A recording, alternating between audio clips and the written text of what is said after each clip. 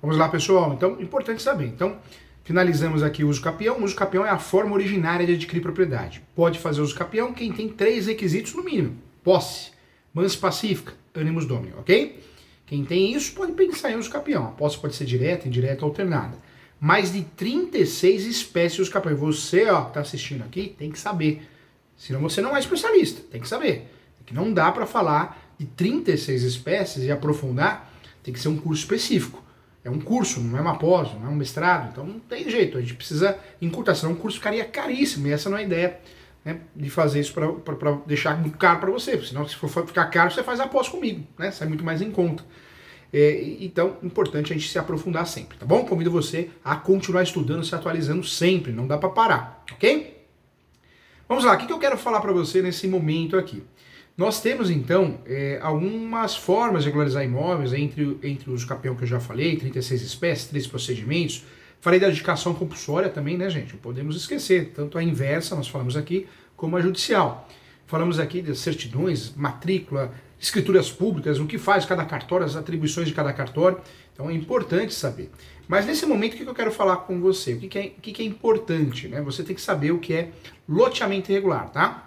Então, em contrapartida, loteamentos irregulares são aqueles que possuem o registro no cartório de imóveis, porém eles não cumprem, né, os requisitos estabelecidos pela prefeitura, como esgoto, né, esgotamento sanitário, iluminação pública, implantação de escoamento de águas, abastecimento de água potável. Então essa é a realidade, tá? Então, só para você saber. Nós temos nesse cenário, é importante a gente estudar, loteamentos clandestinos, loteamentos irregulares, e nós temos diferenças, né? Então, atualmente o mercado de loteamentos está em alta no Brasil, isso é uma realidade.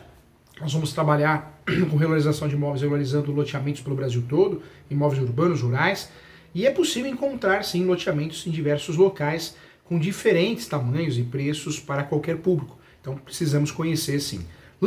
Loteamento clandestino, gente, é aquele que não segue com nenhuma das normas, ponto final. Não apresentando qualquer regularização para a construção. Esse é o loteamento clandestino. Em contrapartida, o loteamento irregular são aqueles loteamentos que possuem o registro no cartório de imóveis. Sim, possuem, porém eles não cumprem com os requisitos estabelecidos pela prefeitura, e eu já falei os quais, né? Iluminação, implantação de escoamento de águas, abastecimento de água potável, esgoto. Então, essa é a regra. Energia pública e domiciliar, prejudicando os moradores do local. Ao adquirir um lote, um loteamento clandestino, o adquirente não consegue registrar seu lote, e então, nessa situação, não sendo o proprietário efetivo do que realmente comprou, já no regular, ou melhor, já no irregular, é provável que enfrente alguns problemas de infraestrutura, conforme eu já falei, é o famoso caso de comprar aí o gato por lebre, né? Você comprou algo errado. Então é importante ficar atento e saber que esses imóveis também, nós temos um nicho de mercado para regularizar. Isso é muito importante saber dominar esse assunto também, tá? Eu quero trazer para você também alguns conceitos. Desdobro, né? É outro termo que a gente escuta muito, né? Então vamos entender. O que é desdobro, professor Júlio? O desdobro é a divisão do terreno oriundo, né, de parcelamento aprovado, regularizado, escrito no cartório de imóveis competente, cartório de imóveis, registro de imóveis, com frente para a rua oficial já existente, não implicando na abertura de novas vias e nem no prolongamento de vias já existentes. Isso é o desdobro, tá? É importante saber para não fazer confusão. Tem diferença sim. Outra função que nós exercemos é a regularização. Fazer desmembramento, desdobro, unificação de imóveis, isso é importante. E aí eu trago para você que o desdobro é a divisão, né, física de um lote, imóvel dotado de infraestrutura básica em 2 ou mais lotes, né, menores, respeitando sim a legislação municipal. E o desmembramento é a divisão física de uma gleba rural ou urbana, porção de terras que não possui a infraestrutura básica em 2 ou mais glebas menores, que posteriormente se tornarão, né, imóveis com matrículas autônomas. Já a unificação de área, eu vou pegar 2 matrículas e vou transformar numa só, né? É a junção de 2 ou mais imóveis de matrículas distintas, diferentes, para se tornarem um único imóvel que terá uma matrícula própria, desde que esses imóveis sejam contínuos e pertencentes aos mesmos proprietários, tá? Existe uma lista de documentos, normalmente que eu vou apresentar para prestar esse serviço. O desdobro de um imóvel, presta atenção, eu vou fazer um requerimento de averbação assinado pelos proprietários, vou juntar a planta do desdobro, assinada pelos proprietários e responsável técnico, com firma reconhecida, isso é importante. O memorial descritivo, estou ensinando passo a passo, hein?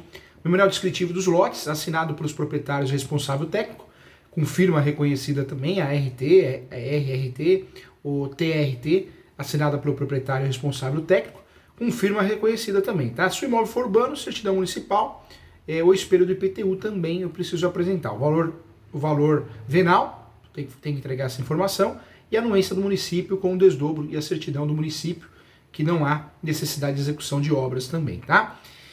Já o desmembramento do imóvel rural, eu faço via requerimento de averbação também, planta de desmembramento, memorial descritivo, ART, TRT, eu também vou usar o CECIR, né, quitado, Cadastro Rural, o CAR, preciso de fato, a certificação do CI ou do INCRA, né, também importante, tá? E na unificação de área, requerimento de averbação assinado também pelos proprietários, plantas, veja que os documentos são muito parecidos, né, para prestar esse serviço, então faz toda a diferença.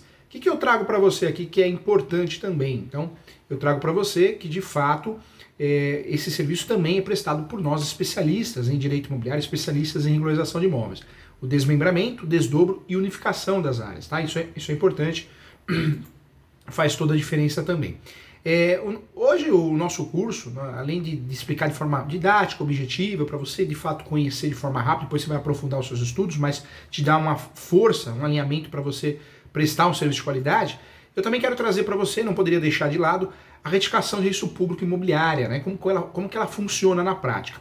A retificação de registro público imobiliária, você está assistindo a aula, o curso, fala, professor, quantos assuntos, né? Mas é verdade. Veja quantos assuntos, quantas ferramentas, quantos temas nós abordamos no curso, né? É muita coisa.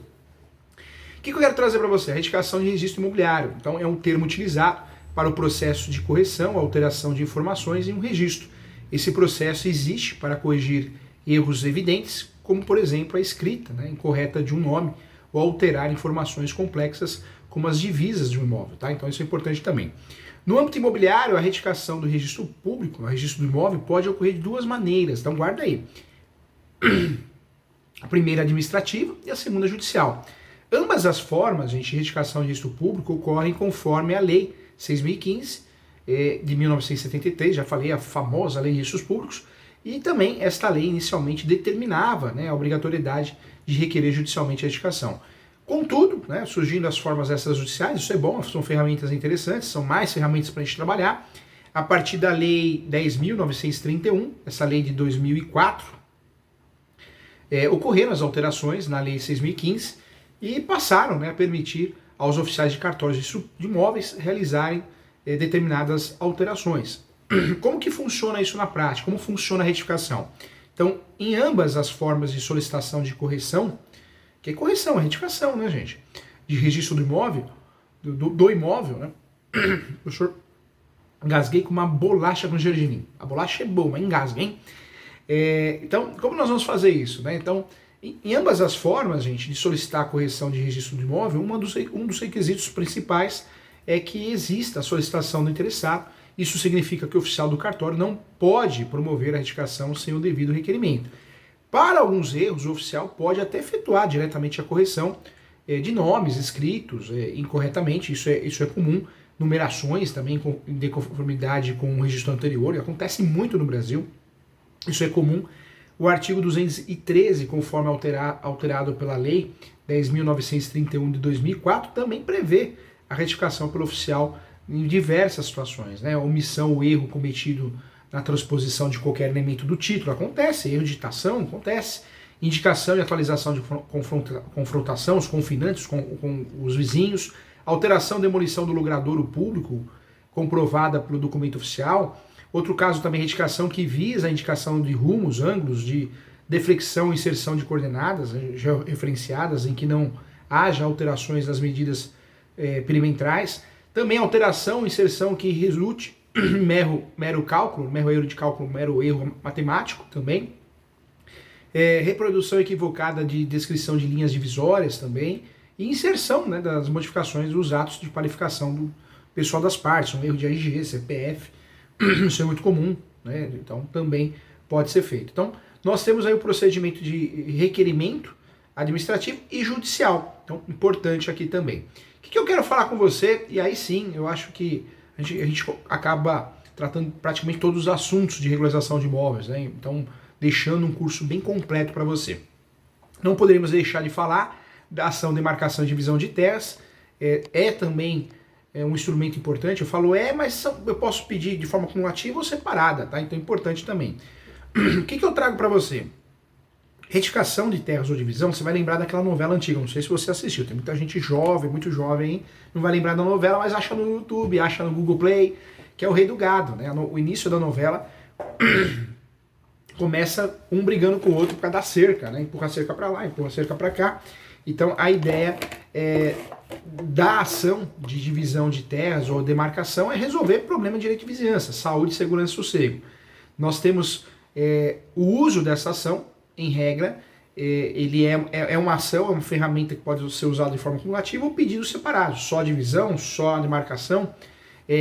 O mais amplo e importante dos direitos reais regulados, né, pelo direito de propriedade ou direito privado, sem dúvida nenhuma, é o domínio, né? O domínio.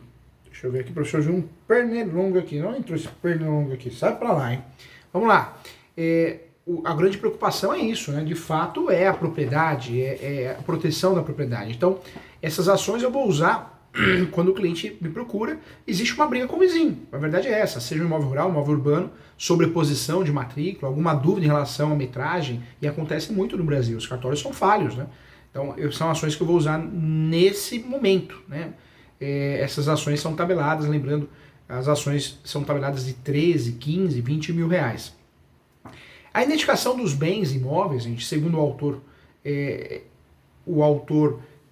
o Luiz Carlos Gonçalves, né, que eu gosto muito das obras dele, a identificação dos imóveis, ela acontece com as limitações, as fixações dos prédios, terrenos. Então, nesse ponto que eu vou usar, quando existe alguma divergência com o vizinho, é nesse ponto que eu vou usar a ação de demarcação, o objetivo é essa, ou a divisão. A ação de demarcação, ela pressupõe, gente, a existência de dois prédios confinantes, vizinhos, cujos limites não estejam perfeitamente extremados, tá? Então, eu vou usar essa ação nesse sentido. Já a ação de divisão, por sua vez, gente, o que eu trago para você? Existem situações diferentes. A demarcação, dois prédios. Na divisão existe apenas apenas um prédio que pertence a dois ou mais proprietários que pretende extinguir o condomínio. Então aí que está a diferença das duas ações. A demarcação está ligada ao direito de vizinhança, enquanto a divisão é forma de extinguir a comunhão. Então, para ficar bem didático aqui, a ação de demarcação pressupõe a existência de dois prédios confinantes cujos limites de fato não estejam perfeitamente extremados, né? Essa é a ideia. Já a ação de divisão eu vou usufruir quando pressupõe a existência de apenas um prédio, mas que pertença a dois ou mais proprietários. E, notoriamente é a sobreposição, né, gente? É a sobreposição. O que eu quero trazer para você de importante? Essas ações têm o caráter dúplice, né? Feita a demarcação, estarão extremados os limites da propriedade do autor e do réu, e não há necessidade que o réu apresente uma reconvenção, um contra-ataque, para pedir que também as divisas de seu imóvel sejam delimitadas. Então, outro ponto importante também. A natureza jurídica, de fato, sobre essas ações, tanto a divisão como a demarcação, é de grande controvérsia na doutrina. Eu falo no meu livro isso, né? Sobre o caráter pessoal real das ações de demarcação e divisão de terra. Mas o que eu trago para você é que o direito à demarcação é uma espécie de direito de vizinhança, sim, né? Como eu tinha falado para você, porque não constitui propriamente direito real, mas obrigação ao próprio terreno. Então é importante lembrar. Das duas fases das ações de divisão e demarcação.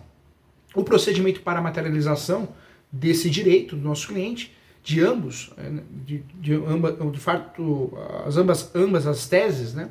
As ações elas vão ser utilizadas e podemos dizer que nós temos uma contenciosa que encerra com a sentença e a outra executiva ou administrativa, podemos dizer que pode ser feita dessa forma.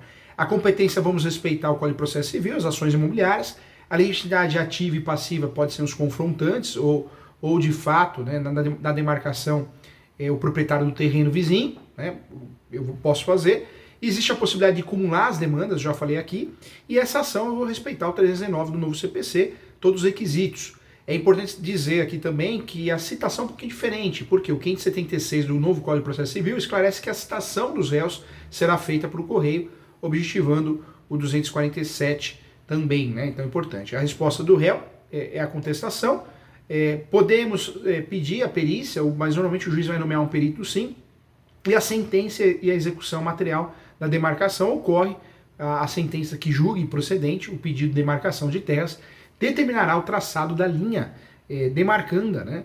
E ainda a restituição da área invadida, se houver, declarando o domínio ou a posse do prejudicado em ambos os casos. Tá? Após o trânsito julgado da sentença, o perito vai efetuar a demarcação de fato e colocará os marcos necessários. Operações serão obrigatoriamente consignadas em planta e memorial descritivo também, tá bom? Então, de fato. Da divisão, petição inicial 319, eu vou seguir. Citação nós já conversamos aqui. E lembrando que essas ações podem ser usadas de forma acumulativa sim, tá? Essa é a ideia, inclusive. Gente, falamos muita coisa, eu sei disso, mas falamos do que é necessário, que é o básico, né, para poder regulamentar. Claro que a gente sempre vai ter que estudar, evoluir, se aprofundar, mas é o básico, tá bom? Então, básico. Lembrando que essa ação eu posso pedir preliminares, já peço perícia antes dos fatos, mas o ideal é fatos, fundamento e pedido, né? Então, o que tem de diferente nessa ação, posso até pedir uma audiência de conciliação, mediação, provas, o valor da causa, o valor do imóvel. Então, essas são as regras básicas aqui, tá bom? Eu agradeço a você, parabéns por ter acompanhado a aula, o curso. Estuda que a vida muda e você atende melhor o seu cliente, tá? Eu volto a falar, por mais que o cliente às vezes não fica contente, porque não existe causa-ganha. Às vezes o cliente não quer entregar documento, tem isso, né? Então o advogado não faz milagre, mas a peça tem que ser bem fundamentada, porque aí sim é a nossa função, é a nossa obrigação. Um abraço e até a próxima, hein? Muito obrigado!